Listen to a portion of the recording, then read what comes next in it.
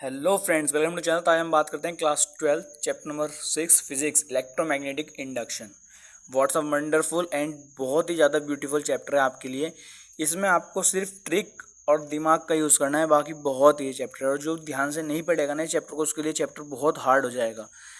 मैं आपको बता दूँ, आपके बोर्ड एग्जाम में 4 मार्क्स के अंदर अंदर आएगा। देखते हैं इसमें क्या क्या है। फर्स्ट टॉपिक है इसमें magnetic flux. What is flux? जैसे हमने इलेक्ट्रिक फ्लक्स पढ़ा था ना, वैसे ही मैग्नेटिक फ्लक्स है। मैग्नेटिक फ्लक्स क्या होता है? Phi B equals to B A cos theta, यानी कि कॉस थीटा हटाएंगे तो वेक्टर में लिख सकते हैं इसको हम V vector dot A vector. It is the scalar product of B vector and A vector is the called magnetic flux. ऐसा यूनिट इज वेबर और टेस्ला पर मीटर स्क्वायर।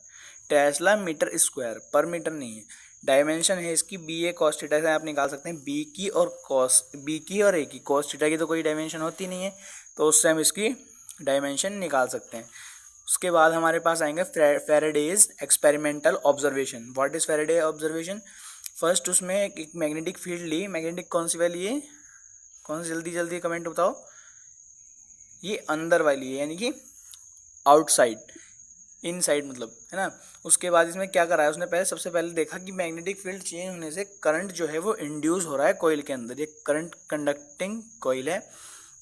उसके बाद उसने क्या करा, बी को कांस्टेंट कर दिया, तो उसने देखा कि एरिया जो है वो श्रिंक हो रहा है और कभी कभी बढ़ रहा है।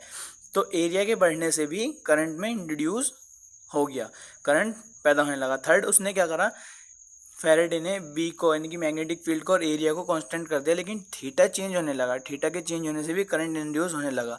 यानी कि बेसिकली उसका कहने का मतलब ये है कि फ्लक्स के चेंज होने से, फ्लक्स, मैग्नेटिक फ्लक्स के चेंज होने से हमारा करंट इंड्यूस हो रहा है। तो क्या है? Electromagnetic induction.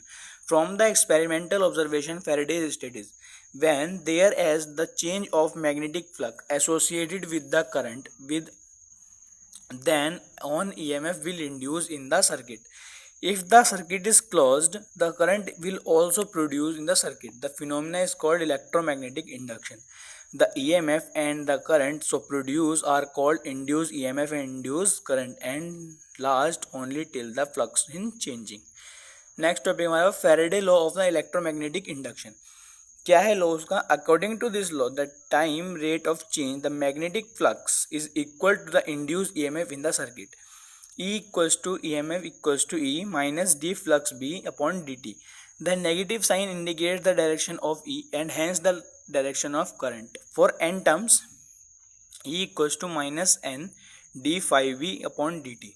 If are is the resistance of the coil the induced current I equals to magnitude के अंदर E upon R, E equals to 1 upon R and D phi B upon D T.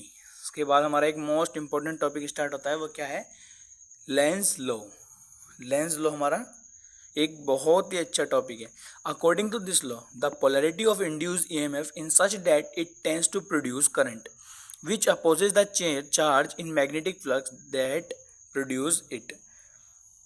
इसका क्या काम होता है? वो charge को oppose करता है इलेक्ट्रिक फील्ड मैग्नेटिक फील्ड के अपोज में। एग्जाम्पल 1, वी अगर हमारा मैग्नेटिक फील्ड डिक्रीज हो रही है तो फाइव बी यानी कि फ्लक्स भी डिक्रीज होगा, यानी कि चेंज होगा। और फाइव के चेंज होने से ईएमएफ और करंट इंड्यूस हो जाएगा, जिसको हम बोलेंगे इंड्यूस ईएमआई। एंड इसका आंसर होगा, इसे हम पूछें लेंज लॉ की वजह से इसकी डायरेक्शन निकालें तो डायरेक्शन क्या होगी इसकी? अंदर की तरफ जा रहा है और घट रहा है, यानी कि अंदर की तरफ जा रहा है, घट रहा है, तो उसमें हमें उसे बढ़ाना होगा। तो क्लॉकवाइज करेंगे ना, जब उसे हम क्लॉकवाइज करेंगे तभी तो उसकी डायरेक्शन हमारे पास आएगी। क्लॉकवाइज करने से उसकी डायरेक्शन आएगी बाहर की तरफ, बाहर की तरफ आने से उसका वो जो होगा मैग्नेटिक फील्ड बढ़ जाएगी। एग्जाम्पल 2, उसी तरह से एग्जाम्पल 2 है हमारा, अगर बी इंक्रीज हो रही है और मैग्नेटिक फील्ड की डायरेक्शन भी हमारी तरफ है, बाहर की तरफ है, तो फिर क्या होगा? बी इंक्रीज भी हो रही है और डायरेक्शन भी बाहर की तरफ है, तो यानी कि फ्लक्स बी भी इंक्रीज होगा और ईएमएफ करंट इंड्यूस होगा। लेंज लॉ की वजह से डायरेक्शन बताएंगे इसकी क्लॉकवाइज। क्लॉकवाइज डायरेक्शन क्यों होगी? क्योंकि इंक्रीज हो रहा है और बाहर की तरफ है, और डिक्रीज करने के लिए हमें क्लॉकवाइज करना पड़ेगा, जिससे उसकी डायरेक्शन डिक्रीज हो जाए। उसी तरीके से इसके कई एग्जाम्पल हैं। अब देखते हैं मैग्नेटिक फील्ड के अंदर कैसे डायरेक्शन होते हैं इसके। नॉट एन अगर आएगा तो एंटी क्लॉकवाइज, एस आएगा तो क्लॉकवाइज। आपको इसमें डायरेक्शन लिखने के साथ साथ ना इसकी साइड भी लिखनी होगी, किस साइड से आप बता रहे हो, क्योंकि इसमें आप देख सकते हो, आप एक साइड से आप देखोगे तो आपको अपना आप हाथ हैंड घुमाओगे अगर आप, तो आपको दिखेगा कि मेरा हाथ जो है वो एक तरफ से सीधा घूम रहा है तो दूसरी तरफ से मुझे उल्टा दिख रहा है। Motional EMF of linear motion of conducting rod, उसकी वजह से हमारे पास इसका आंसर आएगा E equals to BBL। This is called motional EMF. Next topic हम नेक्स्ट वीडियो में करेंगे। Thanks for watching. अगर आपको वीडियो अच्छी लगी चैनल को लाइक कमेंट सब्सक्राइब जरूर करें, मुझे बताना भूलें आपको वीडियो कैसा लगा। Thanks guys.